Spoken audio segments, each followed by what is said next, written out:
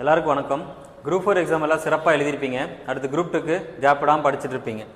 விஸ்டமில் ஒரு test schedule ஆரம்பிச்சிருக்கோம். அதை பார்ப்போம். மொத்தம் 28 டெஸ்ட் பிளான் பண்ணியிருக்கோம்.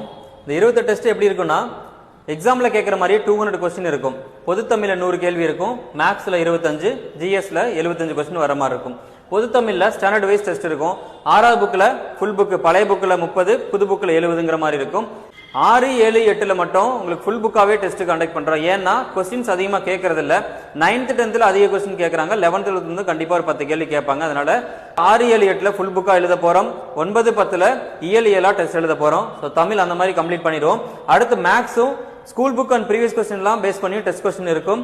திருக்குறள்ல கண்டிப்பா 5 கேள்வி வச்சிருவோம். ஏன்னா யூனிட் 8லயும் கேள்வி கேட்கறாங்க, தமிழ்லையும் பொது தமிழ்லையும் கேள்வி கேட்கறாங்க. கரண்ட் அஃபேர்ஸ்ல 5 கேள்வி இருக்கும். சயின்ஸ்ல இருந்து மொத்தம் இந்த லாஸ்டா குரூப் 4ல கூட 9 கேள்வி கேட்டிருக்காங்க.